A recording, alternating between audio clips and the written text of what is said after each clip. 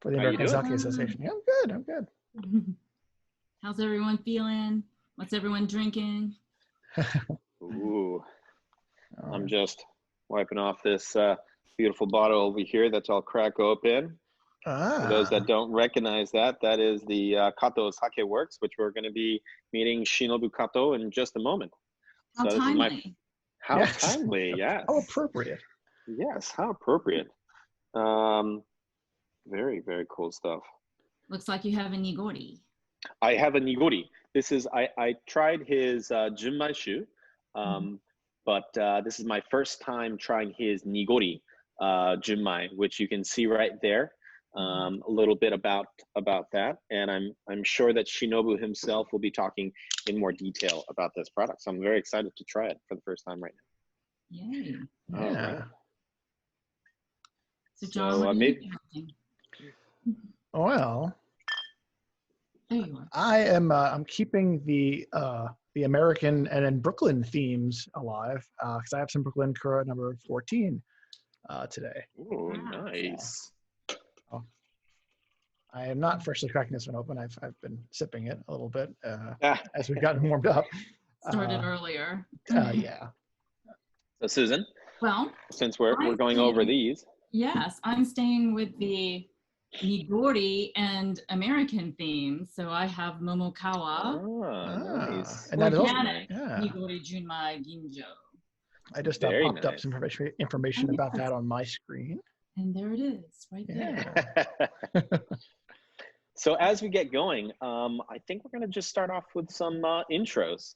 And as we wait for a couple more participants, we'll get to know all of us. And John, you want to start off? Sure. My name is John Puma. I'm the founder of the SakeNotes.com and co-host of Sake Revolution. That's a podcast that I host with Tim Sullivan. And I guess and Sake Nerd at Large. That's what I've been going with lately. Yay. Susan? Hi, I'm Susan McCormack. I'm the founder of the website Japan Culture NYC.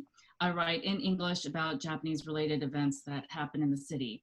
And right now those events are happening just like this, live on Zoom. So I'm not a sake expert, but I'm a sake lover. So these guys let me hang around every week, which is fun. It's so much fun to all of us, for all of us to be hanging out. So hello, everyone. My name is Ryunosuke Jesse Matsuoka. I'm a restaurateur with some restaurants out in the east end of Long Island, mostly in Sag Harbor. I'm also one of the directors of the American Sake Association, and I love sake, and I love to spread the love of sake, which is what the American Sake Association is about. So first of all, we should do a little kanpai for those participants that are here today, and for those that are just about coming on, and with all of us. So here we go, our first kanpai of the day. All right, kanpai, kanpai everybody. Bye.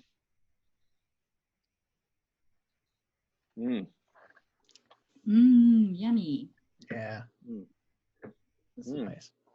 You Guys are making me wish I got a nigori, to be honest. I know. You didn't get the memo? You have an American. I didn't get the memo, but I did stick to the American stuff. Yes, you did stick to the American stuff. And I think that's what it's all about today. Yeah. Ooh, that was really, really good. I'm going to personally thank Shinobu-san once we get him on camera in a little bit. But with, I think, how many participants do we have right now? Just about 30. Yeah. Great. All right. So maybe we can start with some housekeeping. I know you love keeping house. We do like keeping house. Yes.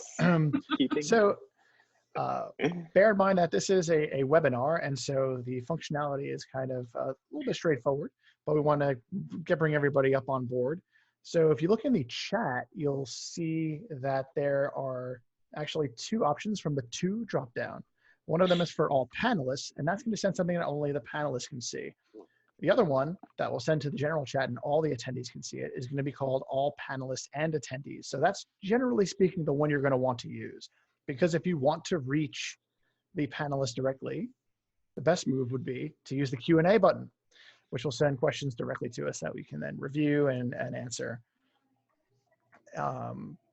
when we have attendees up on camera, which is something that's going to happen occasionally, please raise your hand if you would like to be one of those people who gets brought up. There's a raise hand button down there as well, as you'll see. And at the end of the webinar, you'll see a link to a survey. And if you have a couple of minutes, please fill that out because we'd love to have your feedback. So to stay in touch with all of our events and what we have going on, sign up for our newsletter. So our email newsletter. So go to americansake.org and you'll see on the home page how to sign up. And follow us on social media. We are at American Sake Association on Instagram and Facebook. And after the webinar, the fun will keep going. We're going to have a Nijikai. So Nijikai, for those of you who don't know, means after party. And that's an actual Zoom meeting, not a webinar. So everyone will be able to see each other, and then we'll have many kanpais. We'll talk about what we're drinking, what we're doing, what's the latest in our sake lives. So join us for that. And there's let's see, Chris has already done that, put the link into the chat. So click the link on the chat. All the info is down in there. And so when we're done with the webinar at 9 o'clock, you can join us for the Nijikai afterward. Oh, that Nijikai is where it's at, though. You know, you see the three of us. You'll get to see Shinobu-san when he comes on. But that Nijikai is really about bringing all of us on. It's kind of like a full hangout. You get to socialize within distance and have fun. And for those of you that are drinking, let us know what you're drinking in the chat, so then we can kind of see what's going on and kind of be able to make our lovely comments on them and have fun. This is what it's all about, you know. Learning can be delicious and fun. Talking about that, a little bit about the American Sake Association. So we are a nonprofit 501c3, and it's really important for all of us that are part of this group that we want to be able to spread the word of sake, as well as the education portion. To bring down the price of education, we'll be putting on different events to be able to create these funds to then lower the price of education for the masses. And that's really what we're all about. And you know, we're really happy to be able to put on these weekly events, whether it's talking to people here in New York, in Brooklyn, or we've done previous events where we've been speaking to people in Japan. We were at Masumi just last week, and it was fantastic. And you never know where we're going to be going next. So be sure to tune in and always check out our website, americansakeassociation.org. You can see past videos and also upcoming events. All right.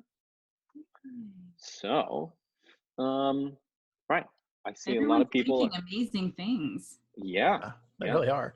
I see a lot of like Sekio representation, and I absolutely love their stuff. So I'm kind of excited about that. Mm-hmm. So how are we doing on participants? We are at 35. 35? Oh, all right. So with about 35, I think this might be a fun time to pull up our poll. I think so. Right? So we got a fun poll, which we'll be able to talk about, because today's topic is on Kato Sake Works. Right? It's an American sake brewery based in Brooklyn, and we want to know from you, have you ever had American-made sake before? So that poll will be taken in a moment, and we'll be able to kind of talk about it, talk about the results in just a moment. We're rapidly answering. I wonder if people have had American sake but didn't realize that they were having American sake. I think I think that's going to be the case for a lot of people. Jesse, what was the first American sake you've had? The first American sake that I had would definitely be Momokawa, or they're the big name brands stuff. Yeah. Yes. So American people made sake or American made sake? Well, both. A little bit of both, right? Yeah. Because you know, there are other Japanese sake breweries that are creating things on this side. So you know, a lot of people don't realize what which breweries are actually out here making sake. I know for sure that I was drinking some of the, or tasting, not drinking, tasting the California-made cooking sake just to taste it for cooking purposes. So maybe you could say some of that stuff was my first taste of American-made sake. How about you, John? Well, and for me, it was definitely a Momokawa product. Back when I was first getting introduced to sake, you go to local liquor stores, and a lot of places in New York have that. And you know, even though they don't really have a sake section, or if they do, it's like 1 or 2 bottles. A lot of the time, the Momokawa will be one of them. So that was my first exposure to American sake, and I didn't even know at the time that it was made here. Actually, it was kind of looking at the bottle a bit, and I'm like looking at the back, and I see like, oh, Oregon. Okay, really? I had no idea. Susan? Yeah. Me? Yeah. I honestly don't know. I'm one of the people that I probably drank American-made sake and didn't realize, but I'm pretty sure it was Momokawa, and I didn't realize that it was actually brewed in America when I was a sake newbie and didn't know what I was doing. So we have about 90% of the results back. So here we go. We have about, what is that, 85% saying yes, and about 5 people today have said no, not yet. Not yet. And yeah, and I think, you know, that not yet is very important, right? Because we want you to try out these products. You know, there's over a dozen breweries in the States, and it's really important that for all of you to, you know, seek them out, try them out, see if you have any in your state. And a lot of them are selling cross states, such as like Momokawa, things like that. You can find that pretty much anywhere. I know for today, for Shinobu-san, you can find his products on his website, and he's only delivering direct to consumer and only in New York State. But we really hope that he gets his license to be able to cross over those state lines and then sell them other places. But for today, we've got a couple of people that have said no, not yet. So looking forward to them to convince them to try some American-made sake today. I was going to say maybe after this webinar, they'll want to. Yeah, for sure. Especially for sure. Kato Sake Works. Yeah. I think it's about time we bring on our special guest. Yeah, Shinobu-san in Brooklyn. This is going to be really fun. There he is. Wow, there he is. Okay. Okay. Oh, he just muted himself. He's unmuted. Let me unmute him. There we go. There we go. All right. Shinobu-san, Yeah. how are you doing? Good. How are you? We're doing great. Thank you very much Awesome. for having me. Yeah. Wonderful. Thanks for joining wonderful. us. All right. Yeah. So we have a bunch of people on today, and I think they all want to get to know you. Okay. So yeah, tell us about yourself. All right. So my name is Shinobu Kato. I'm a founder and a brewer of Kato Sake Works, which is a small sake brewery that we just opened in Bushwick, Brooklyn. So we opened like 2 months ago, you know, right timing. Great time. Yes. It's by design. By design. Yes. I was born and grew up in Tokyo, so that's where I'm from. Maybe you and then also most of the people in the webinar knows about Tokyo better than I do nowadays. But I'm from a small neighborhood called Koenji in Tokyo.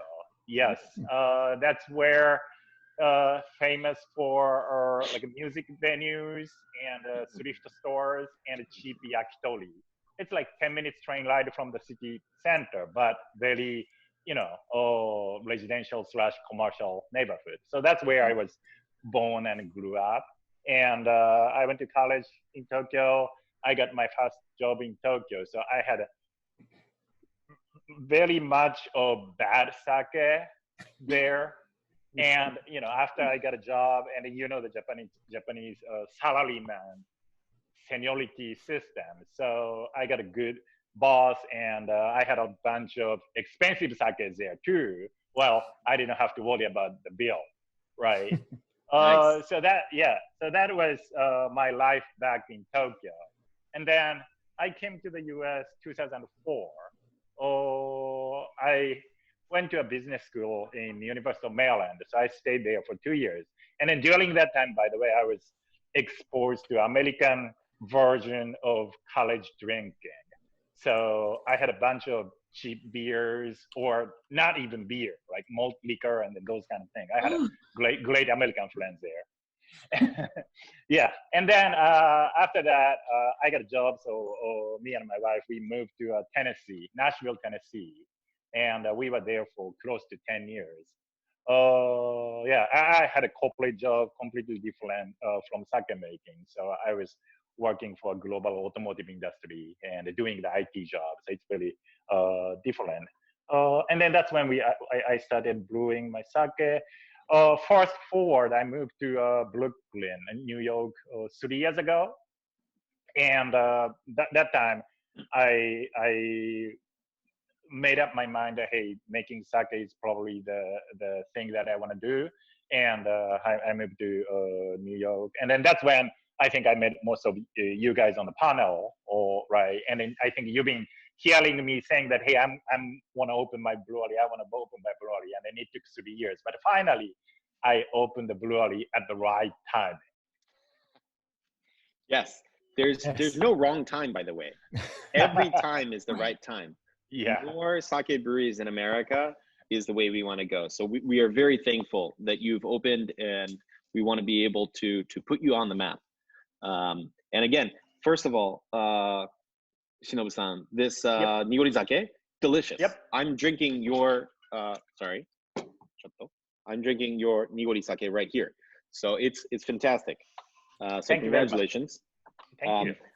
For our participants, I just wanted to just mention again that for those that have questions, please use the Q&A section so that we can go to them later on. We're going to try and fit them in as we have a discussion with Shinobu-san, but most of them we'll be able to get to afterwards. And if not afterwards, there's always the Nijikai, which will be able to answer all the rest of the questions there in a more free-form fashion. So Shinobu-san, I see some tanks behind you.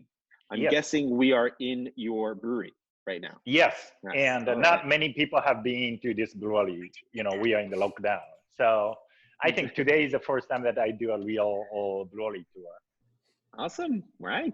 Cool. So for all of you that are watching, you're getting a first look from a digital point of view of the Kato Sake Works.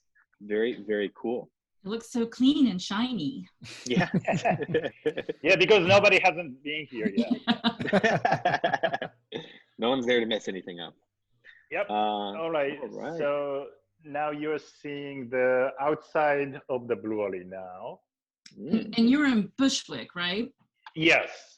So if you know the area, we are very close to like Roberta's Pizza or KCBC Brewery or something like that. Yep. So still the night is young. Yeah. Very nice. Yeah. And this is my wife, Ayako. Hi, Ayako. Yeah. So you're seeing our tap room. It's a small tasting space that we hadn't had a chance to use fully yet. Yep. And so I believe that most of the people in the seminar knows very much about sake. So I jump into a little bit technical side, but we use rice from California called Calrose rice. And that's one of the most widely available eating rice, but also it's like a descendant of omachi or wataribune. So it has the kind of great story about the rice. But that's like the rice that we use, and all of the sake that we have use 60% semi-dry Calrose rice. And water, we are in New York City, and we are lucky to have a very good water source. It's very soft, so that has some impact on the fermentation. But overall, we are happy with what the water does for our sake right now. So you are seeing our small koshiki or the rice steamer. So the tank on the left makes steam, and then tank on the right steam rice. So it's a small scale steamer, like the one that you see at the dim sum place. And those are the fermentation tanks, but I'll skip them. And then I'll go back to our koji room first. Oh, the kojimura. Yes. Wow, very cool. So the size-wise, our brewery is probably not as, probably as small as your apartment in New York City, right? Yeah, maybe our apartment is a little bit bigger than our brewery. So this is a small koji room where I make koji. Wow. Yeah.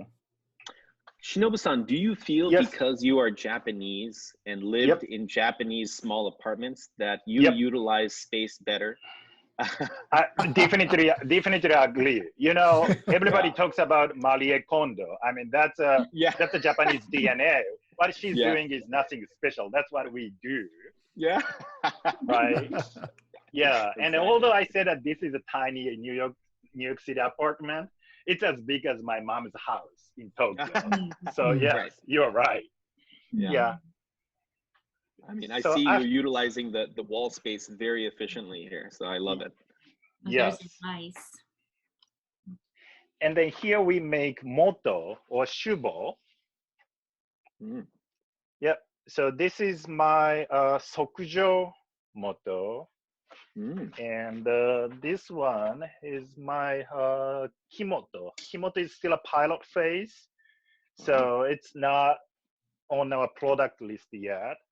But we are experimenting some, moto making. Special preview. Nice. Exactly. A special preview of what's to come. That's exciting. Yeah. Well, you never know. If this one fails, then just forget about that. So what is on your product list? Actually, one of our attendees wants to know how many kinds of sake you make. Yeah, so right now we have 3 main ones: Junmai, Nigori, which Jesse's drinking now, and then Nama. So Junmai is the more standard one. Well, technically it's Junmai Ginjo Genshu, but it's, we call it Junmai to make it simple. And then Nigori, the cloudy one, and unpasteurized Nama. So those are the 3 that we regularly have. And then, I'll talk you a little bit later, but we are doing some pilot too. So going back to the fermentation side, those are our fermentation tanks. And right now, this one is almost ready to be pressed. Nice. Beautiful. Beautiful stuff. Yep. So this one, I think we will press next week or this week or sometime this week. So we'll have a fresh sake available by the end of this weekend. And then, and then now you are seeing our fune or the pressing machine. So this is a custom made, and then we do a very old-fashioned, old-school style fune press. So what we do is to put the fermented mash into bags, like fabric bags, and then lay them down into this pressing machine, and put the pressure gradually overnight. And then the sake comes out from here, while the leftover solid, which is sake kasu, stays inside the bag. So we do this basically like every week or every other week, so that you get the fresh batch of sake from here. So, Shinobu-san, is there a Yes. specific material that you like to use for your fune bags?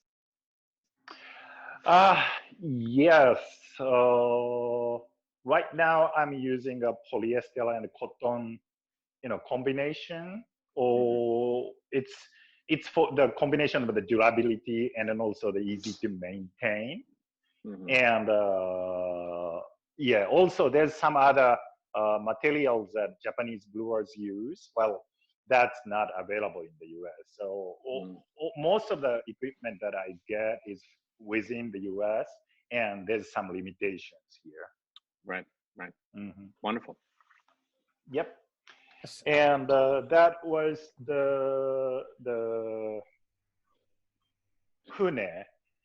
And then after that, most of the sake we pasteurize, and we do a keg pasteurization. So we put the sake in the keg and then do the pasteurization keg by keg. That's more like a space limitation that we have here. We cannot do a tank pasteurization nor bottle pasteurization. So we normally do a keg pasteurization. And then this is a bar counter that we were supposed to have a tasting space, but right now, because of the lockdown, what we are doing is pickup orders, and then also shipping to New York State. So Jesse just mentioned about that, but we ship to New York, and right now New York State only. And just, I would love to remind everyone of your website name. Oh, yeah, Kato Sake Works, KatoSakeWorks.com. Wonderful. Yep. This is my kamidana, and nice. this is a tiny sugidama that we have. I love that. The digital sugidama. Very, very modern. Yes, very modern. Yeah. So will it change color though? That's the question. It will. It will. That's awesome. Well, yeah. Well, we realize that this LED is too weak during the sunlight. Yeah. So even though it's on, nobody sees it's green, so it doesn't work. It's perfect for right now. But at night, it's perfect for right now. But we close the shop, so I hope nobody can come in now. It looks like we are open, right? Yeah. Well, they'll be on a Zoom webinar if they come in. So yeah. So that's all about our small space. Oh, yay! Thank you for the tour. Yes, thank you so much for the tour. We got a little bit of feedback there, but I love that the countertop, your tasting section, and it's amazing how you fit everything all together here. Really, really cool. Thank you so much for that tour. Organized. Yeah, super organized. I know that there was a lot of questions. Go ahead, John. Yeah, I was actually going to bring that up myself. We've got quite a few questions from the attendees. I want to kind of get a couple of these over to you. The first one was how many bottles of sake are you getting from one pressing batch? One pressing batch, somewhere around 100 wine bottles. Yeah. Mm-hmm. And then our tank has a capacity to like 150. So that was part of my miscalculation that this fune cannot go with the entire tank full of mash. So we have to do a pressing twice. Right. So before we get going with more questions, I think it's really important that we kanpai, right? That's an excellent point. Yes. Thank you, Shinobu-san, for this amazing tour. I know everyone is very excited to have you on board, and we are learning so much, and very excited for you and your wife. So, kanpai. Kanpai. Kanpai.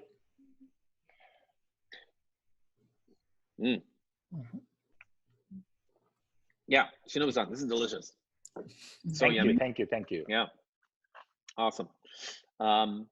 and again, this is an imperfect world. So yes, there are going to be little tweaks that you have to do, like having, you know, another 50% left in your tanks. So because you have that, do you do 2 tanks at once and then do it again, or you just do 1 tank and then you have a leftover and you only fill up the fune at 50%?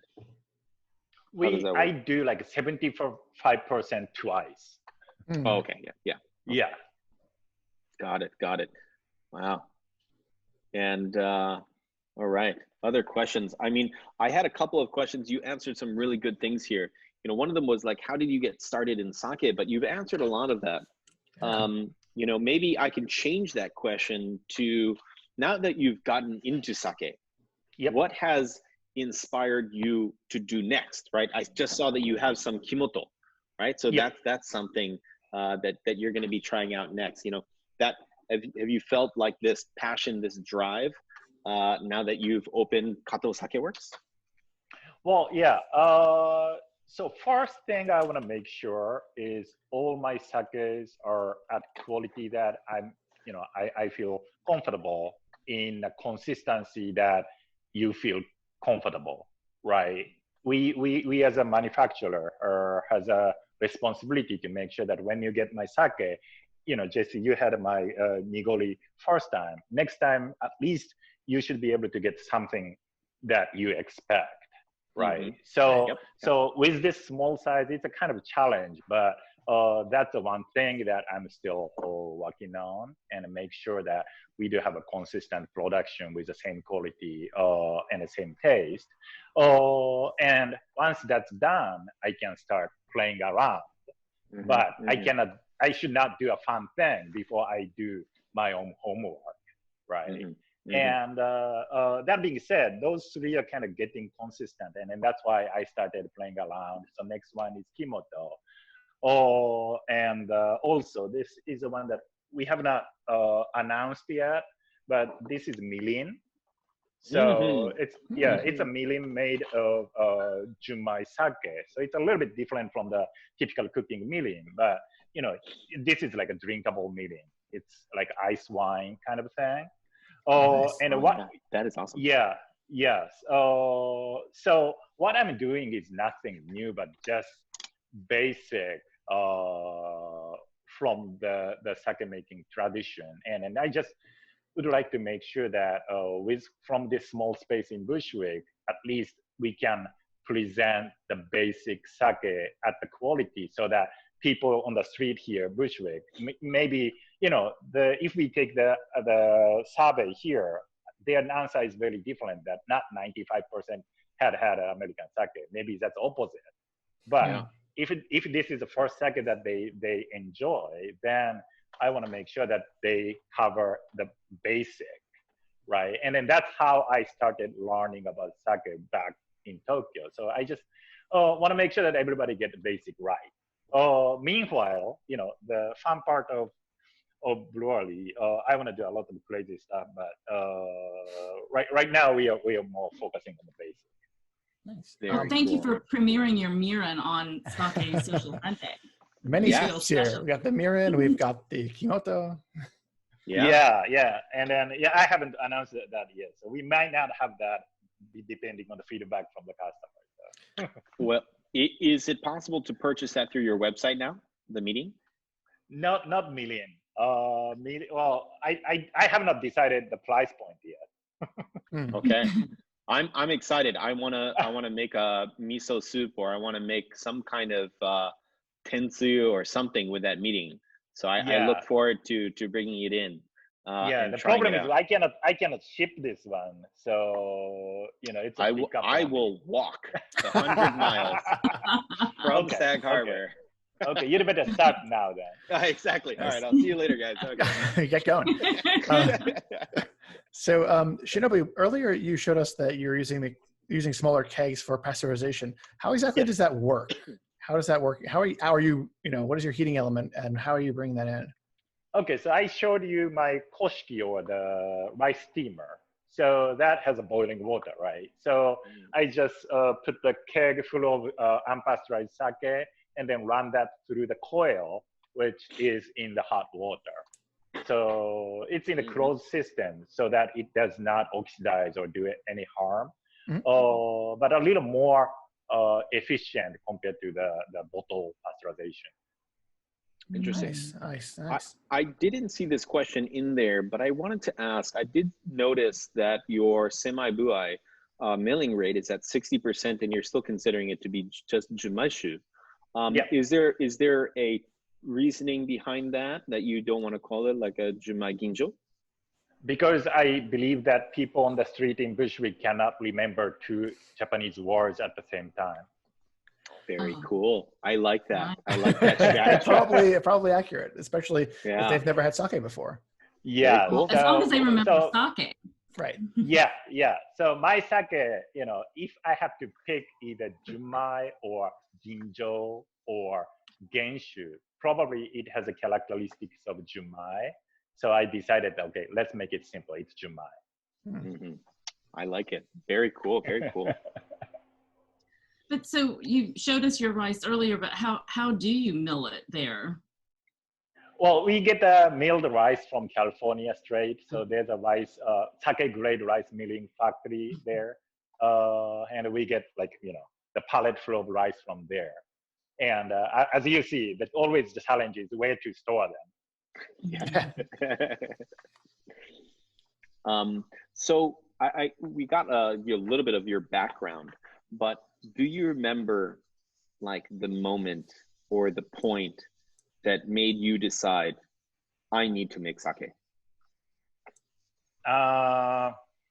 So first moment was I was so frustrated. Well, I had a problem with availability of good sake in the United States. So I told you that I had both good sake and a bad sake in Japan. Came here, I had a bad beer, right? And then, but after that, I had a good beer because craft beer is so accessible in the United States. Well, the same thing happened in my life back in Japan that I had bad sake, but graduated from the bad sake, cheap sake, and moved to the good sake. I was not able to do that in the United States. Either, as Jesse mentioned, I had access to cooking grade sake, or, good sake, even in Nashville, Tennessee, we had a good sake, but that's beyond my budget. It's always quite pricey. So I always complain that, hey, I don't have a good sake, especially when I throw a party to my friends, like, hey, I want to serve something pairing with, okonomiyaki or something like that, but I cannot find anything. And then that's when I started brewing by myself. So that was what inspired me to start brewing. Well, what inspired me to start doing as a business is one of my friends came to me after a couple of batches that I made at the kitchen. And she was like, hey, can I buy your sake? I never liked sake because sake tasted more like a rubbing alcohol before, but this is completely different. And then now I appreciate sake. Can I buy yours so that I can share this with my parents at the Thanksgiving dinner? And that was a moment that, okay, I've been complaining about this. I might have a solution, so maybe I should do this. Did any of the bad beer that you drank in college influence the way that you brew sake today? or what fueled your passion? I think, in order for you to appreciate good whatever, you need to have enough experience to have a bad stuff, right? That's my philosophy. So I had enough bad sake, and then that's why I know what good sake is. And I had enough bad beer, so I know now that what good beer is, and then I appreciate the people who make good beer or who make good sake. So all the experience with bad stuff was not, nothing waste. And I'm glad that I had so much bad drinks in my life. So you went from your kitchen in Nashville to now having your own sake brewery in Bushwick, Brooklyn. And we've seen the picture all over social media when you first got your license, and that's the biggest smile I probably have ever seen on anyone's face with you holding up the license. What was the process to get to that stage, and how much of that smile is relief as well as happiness? So we waited for 8 months for that piece of paper. And during that 8 months, I have to pay the rent. I already, spend money for the tanks, just sitting idle in this space. And, the hardest part is I told everybody, including you guys, that, hey, I'm opening. Now I have a space. And then people started asking me like, hey, Shinobu, when are you going to open? When are you going to open? And I was like, I have no idea. It's a government thing, right? And that smile was like, finally, now it's my responsibility to make it work, not somebody else. And then I can answer question that, oh, I have to do this and do that. So probably it will take another 2 months to open. But at least, now I can get my life decision back to me, not like government agent hands or something like that. And so when you're drinking sake by yourself, and not stuff that you necessarily made, what do you tend to gravitate towards? What do you like?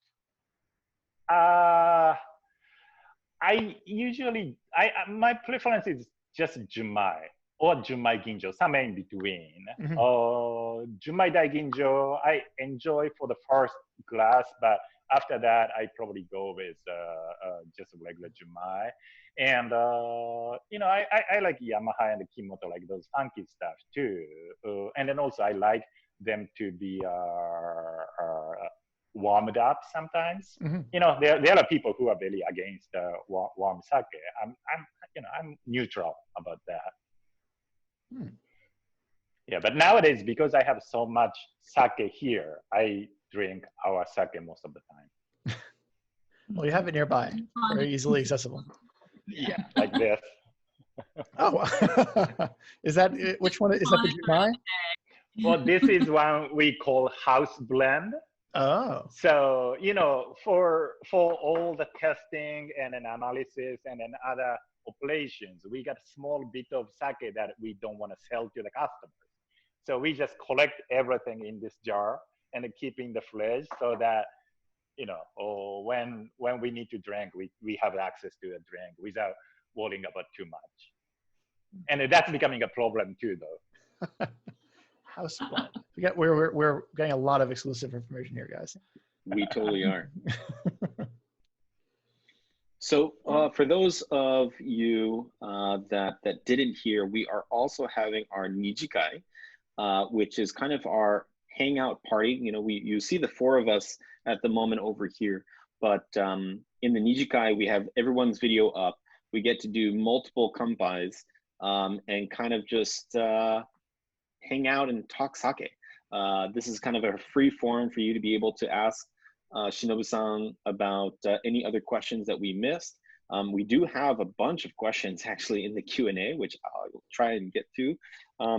And Shinobu-san has done an amazing job of showing us and talking about all these amazing stories and things like that. So I'm so thankful and honored to have you on board. So first off, let's see, what does it say? How do you keep the prep room and equipment clean and sanitized?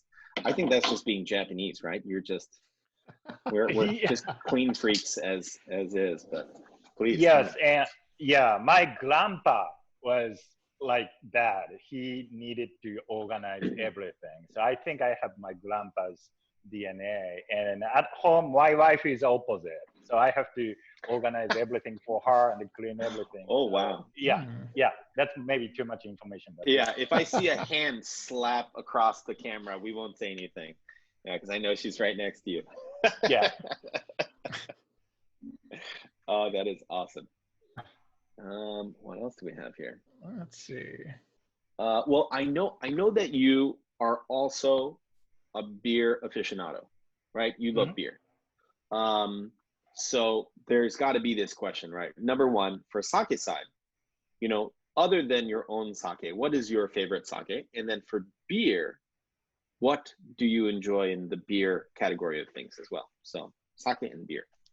Okay, so sake in like a category wise or blend, Just maybe. what are your most, or just one of your favorite sake out there? Okay, out here. Oh, we are talking about American sake. So one time my favorite was Sake One's G. Mm. The black kind of interesting looking Yep, yep. bottle. Oh, I like that one. One is for its like a bold flavor, but also the quality, the price versus quality kind of thing. That it's very decently priced, and then it's not overly, it's not rip off or anything. And then I think they did a very honest job. So that has been my recommendation for a while. And then now, Dasai is everywhere.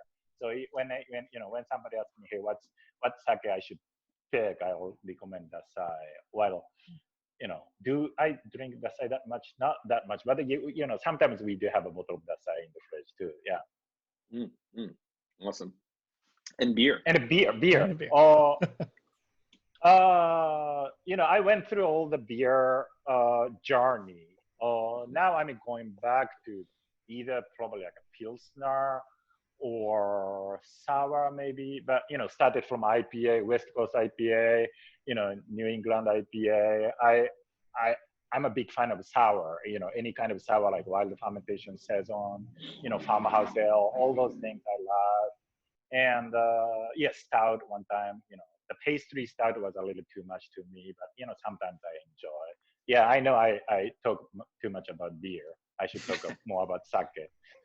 That's okay. Yeah, a lot of your posts are mostly on this delicious beer, but that's also difficult because you're going out and you're trying out different places, and they're not carrying sake. They're I know that you seek out places for delicious food, and they happen to have good beer as well. So hopefully maybe you can remind them that you are a sake brewer, and they should carry your stuff. And then maybe they can do that. Now, talking about your stuff, I think it's really important for our viewers to hear a little bit more about maybe the three. The one you don't really sell online, but the two, I think it's really important. Would you like to go in detail about those two for our viewers? A little bit about the taste profile, a little bit about your thoughts on them. Sure.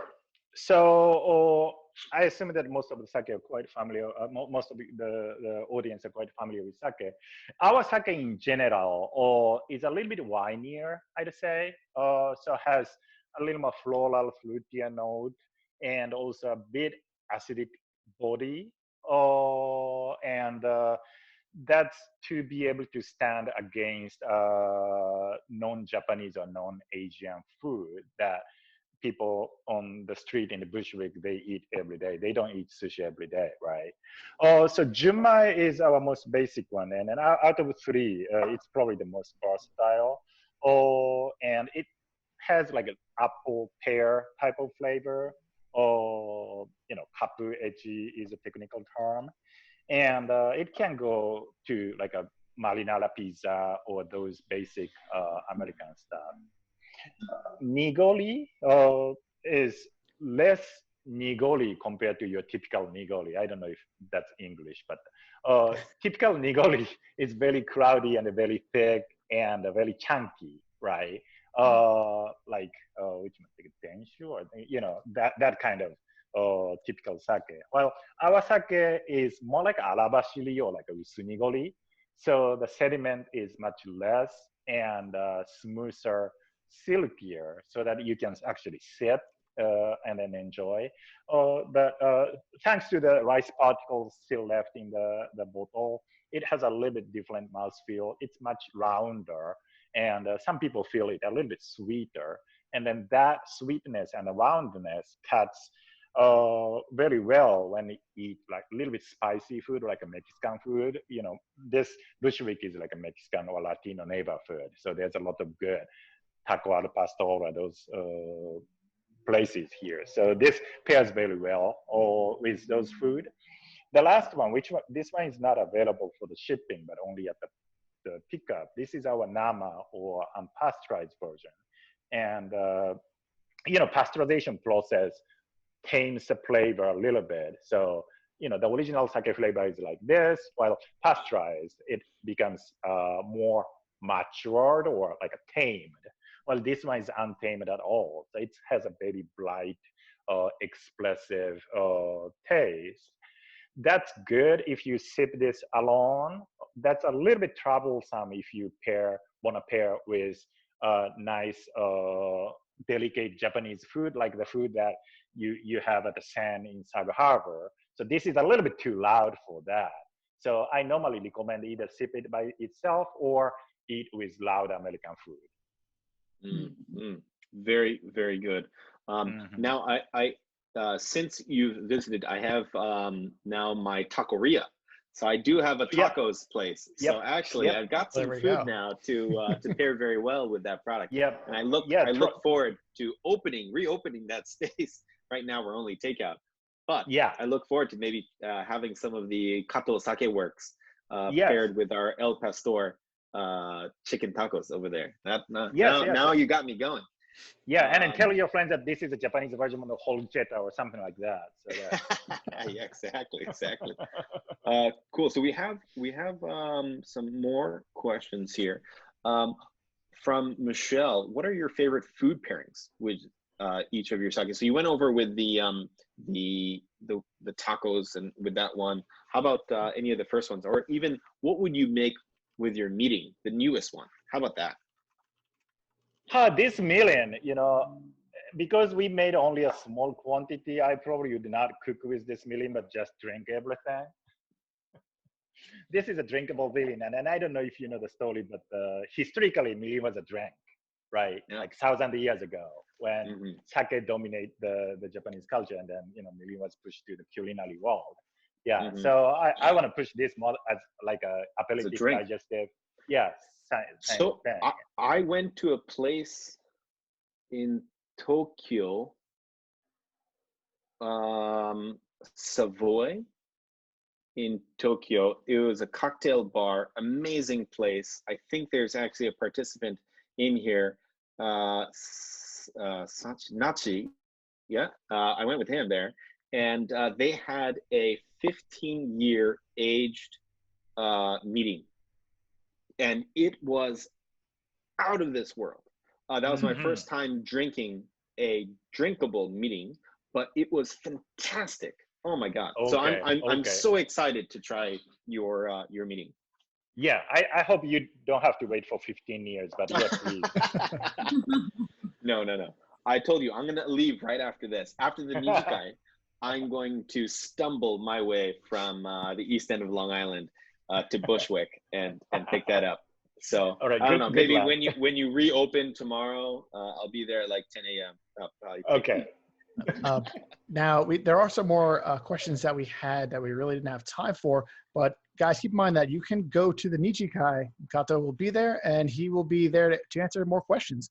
And as Jesse mentioned earlier, the after party Nijikai is a much more casual atmosphere. We're going to be a lot more relaxing, a lot more informal, and it'll be a good place for you guys to kind of get into the weeds a little bit on some of these questions.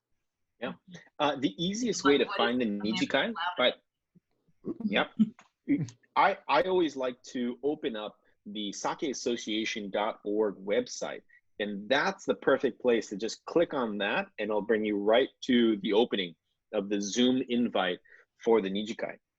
We'll have it in the chat section, and it'll also be at the end. But for me, I always think it's easier just go to the website.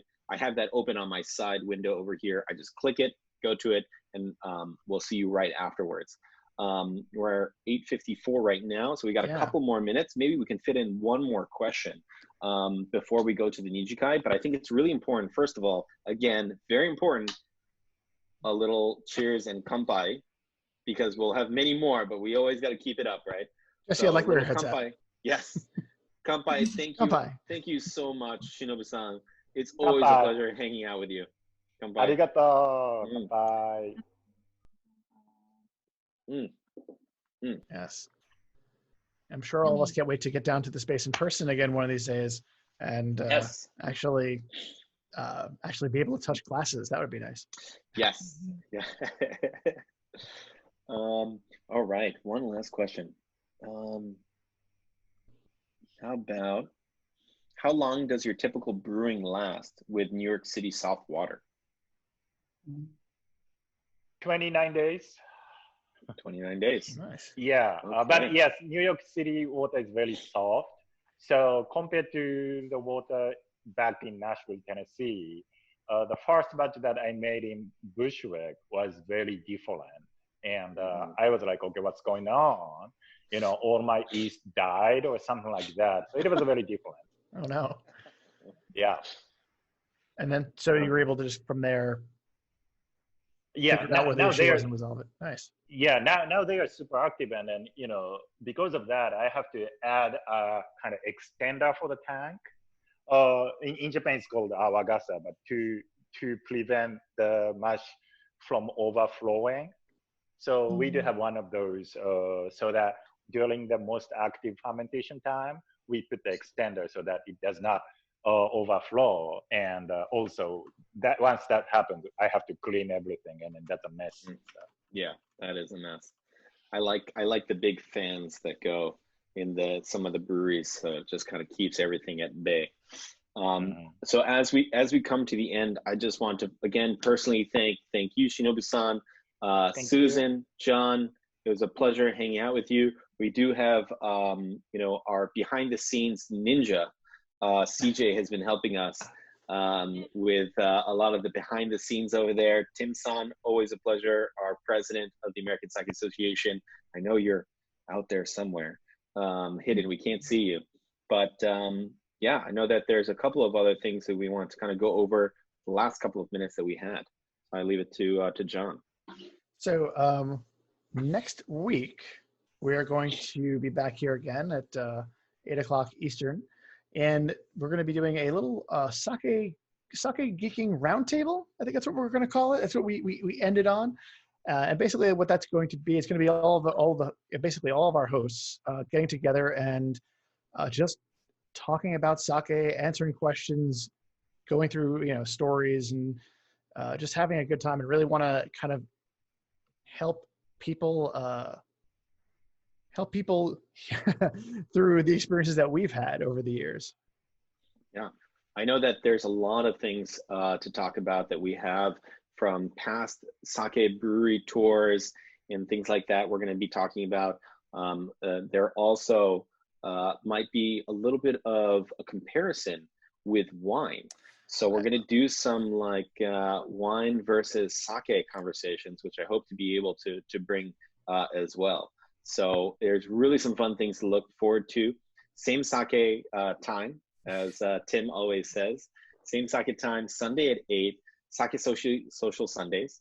And don't forget about our newsletters that we send out. You can always visit AmericanSakeAssociation.org and or tag us in the American Sake Association for your sake posts of what you're drinking, how you got inspired, what you learned. I really hope that you've learned a little bit from Shinobu-san. I know that I did. I also just in looking forward to all of those other products that he's just talked to us about, right? The Kimoto sake and that meeting. I can't wait to try this. So be sure to open up our website now, actually, so that you have the Nijikai button ready to go. And yeah, thank you. Thank you, Susan. Thank you, John.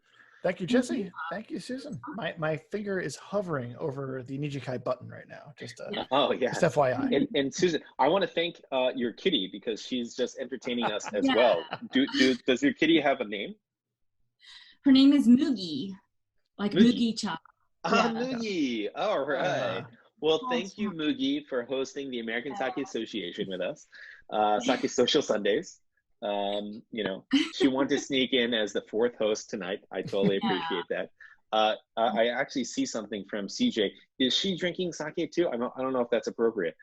No, she's only 3. She's too young. She's So too young. Oh, No, well. no. We definitely do I'll not. give We her- do not condone. Yeah, we do Yeah. not condone that. No, not here, not here. But again, thank you so much, everyone. We've got a minute left, and just jump on board onto that Nijikai, and we'll be getting started any moment right now. All right. Hi guys. Thanks Well, for coming. Thank you so much. We'll see you same sake time next week. Yeah. All See you right. next door at the Nijikai. Yes. Yes. See you guys. Bye bye.